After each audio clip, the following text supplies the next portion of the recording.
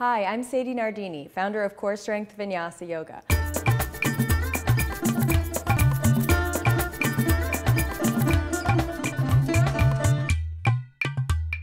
As a strengthening preparation for learning to do handstand at all or handstand without the wall, we'll do Sadie's 30. So you'll come up here, really claw the fingertips into the floor for a lot of power and open wrists. Melt the heart a little bit to draw your arm bones into your body without being too much or too far away. So come to neutral there. Really lift up through your navel. Very important to do that to send you up, because you don't want to do this pose with a dropped out core. So lifting that core strength, keeping it, lifting the hips and coming right here over your arms. So for many of you, it might be nice to just practice here, kind of little tiny hops, since this can be kind of a freaky place to come here into the void. But this is where you're going to truly balance with or without the wall. So we're going to inhale here and exhale, lifting straight up over the arm. It's not like a jump forward where your shoulders waver back and forth. They stay nice and solid. So take 10 of these hops. Over time, you're going to come up a little bit higher. And you might even begin to hover there for a second or maybe longer. So that builds towards that moment of hovering and balance. To strengthen my practice, I did 30. I did 10, rested in child's pose or sitting, 10 more rest, 10 more rest. Hug the wrists out in between.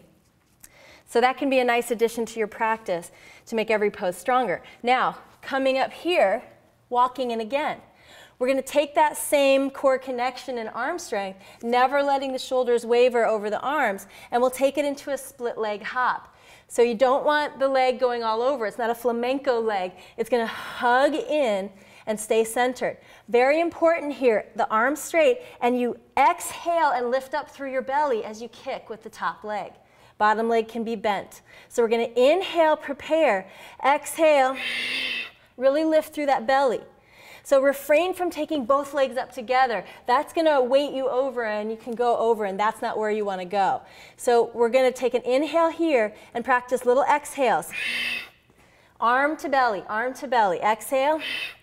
Good. Over time, maybe you can go a little higher, lifting through the navel, shoulders stay straight.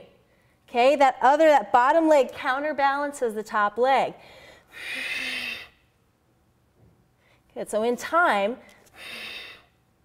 you'll hover here, keep the navel into your belly, and bring those legs together, just practicing that little touch.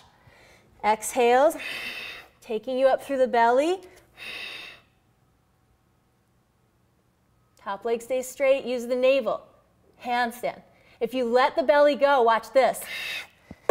Wow, you're really down, you're denied from the pose. So arms, belly draws in, legs work against the resistance of the navel.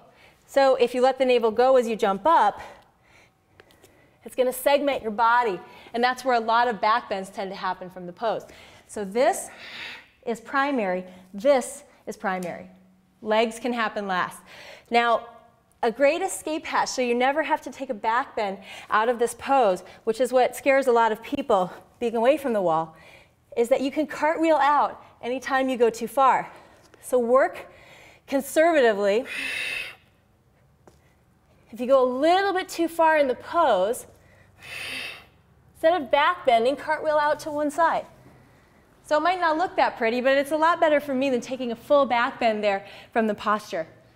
So maybe step a couple of feet away from the wall and try it like that, or adventure in the middle of the room. Stay low first, go a little higher, arm foundation, core strength, then expression comes last. Be mindful, and you'll probably do this a lot faster than you think. Repetition, of course, is magic. So repeat that Sadie's 30, repeat the little kicks often, and be in the pleasure of the process. Namaste.